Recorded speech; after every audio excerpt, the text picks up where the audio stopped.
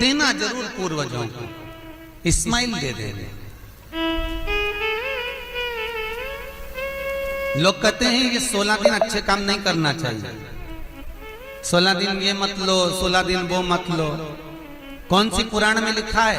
एक बार मुझे वो पुराण जरूर बताना कि 16 दिन ये सामान मत खरीदना, 16 दिन ये चीज मत लेना। क्योंकि शिव महापुराण में और शास्त्रों में वर्णन आता है कि 16 दिन श्राद्ध के हैं, ये पूर्वजों के हैं। आप पूर्वजों का नाम लेकर अपने पितरों का स्मरण कर कर तुम्हारी मर्जी पड़े वो खरीदो, तुम्हारी मर्जी पड़े वो लाओ, और सबसे पहले उन पूर्वजों को सम्मान पूर्वक वो वस्तु समर्पित कर दो कि आपकी है, आपको संभालना है, आपने दी है, आपके द्वारा आई है। पूर्वज खुश होंगे। तुम्हें बढ़ता हुआ देखकर तो पितर खुद आशीर्वाद देते हैं। कौन माँ होगी जो अपने बच्चे को बद्दुआ देगी? कौन पिता होगा जो अपने बच्चों को बद्दुआ देगा? अगर माता पिता अपने बेटे को गाली भी देते हैं, बद्दुआ भी देते हैं, तो बाद में रोते हैं, आंख में से आंसू निकलती है। एक माँ अपने बेटे को चिल्ला देती है तो बाद में रोती है। अगर माँ अपने बच्चों पर हाथ उठा देती है तो बाद में रोती है। तो क्या मरने के बाद पितर तुमको बद्दुआ देंगे? नहीं, पितर आशीर्वाद देते, बस इतना जरूर कहते हैं कि मैं छोड़ कर गया था रे, मैं तुझे देकर गया था रे, मुझे भूल क्यों गया? तू थोड़ा देता क्यों नहीं है? मेरे को अन्न का भाग देता क्यों नहीं है? बस वो याद करते हैं, वो आपसे मांगने की, क्योंकि आप उसके पुत्र हो, आप उसकी संतान हो, आप उसके वंश के हो, आपसे ललकता है उसको, किसी दूसरे से नहीं।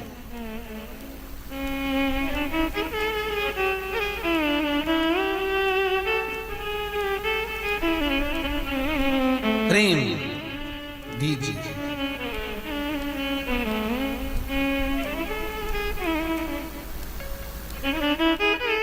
भले कोई किस भाव से आए उसका आदर हो,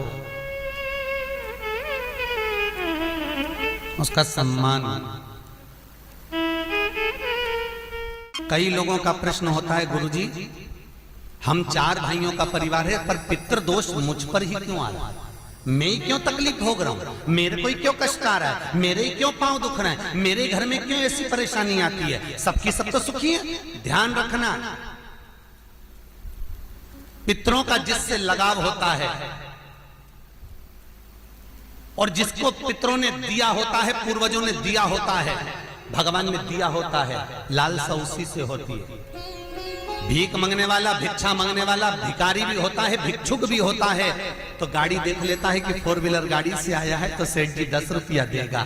कोई पैदल जाता है तो भिखारी भी सोचता है बेचारा क्या देगा, उसके पास तो खुद नहीं, पाँव में चप्पल नहीं पहना है, फिर भी हाथ फैला देता है कि दे दे तो ठीक है, नहीं तो कोई गाड़ी वाला तो देगा ना मुझको। उसी तरह घर के पूर्वज, घर के जो आहूत होते हैं, घर के जो पितर होते हैं, घर के जो वासुक होते हैं, घर के जो पूर्वज होते हैं, आशा उसी से लगते हैं जो दे सकता है। जिसके पास है ही नहीं उससे क्या आशा रखेंगे?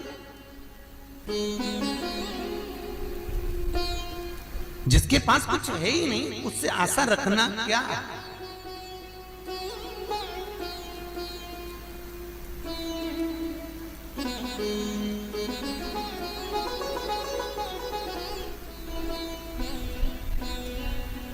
कई लोग कहते हैं गुरुजी हमारे पास देने के लिए कुछ भी नहीं, हम हमारे पूर्वजों को क्या? मत दो ना, इस्माइल तो दे सकते हो।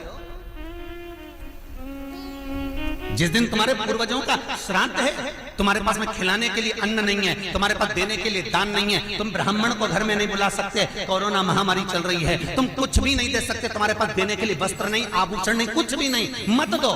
निवेदन है बस चेहरे पर प्रसन्नता रखकर, एक निवेदन है कि चेहरे पर प्रसन्नता रखकर उस दिन अपने पूर्वजों को याद जरूर करना और कह देना कि आप ही का दिया हुआ है जो हम खा रहे हैं, हम पर करुणा करना। हमारे पास कुछ भी नहीं है, डब्बे में से गुड़ या शक्कर निकालकर अरे गैस को लाइटर से जलाकर उसकी अग्नि में छोड़ देना, पर 2 दाने शक्कर के छोड़ना जरूर, जिससे वो जीवात्मा दरवाजे पर आकर भूखी ना जाए, उसके मुख में कुछ तो चला जाए और वो जीवात्मा तुम्हें आशीर्वाद दे जाए। तुम्हारे पास कुछ ना हो तो इतना तो दे सकते हो साहब।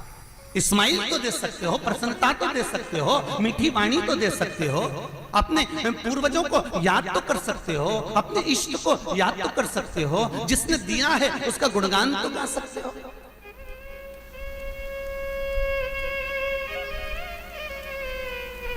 एक नई नवेली दुल्हन को पति ने एक नई नथनी लाके दे दी। कबीरदास जी लिखते हैं, नथनी दी यार ने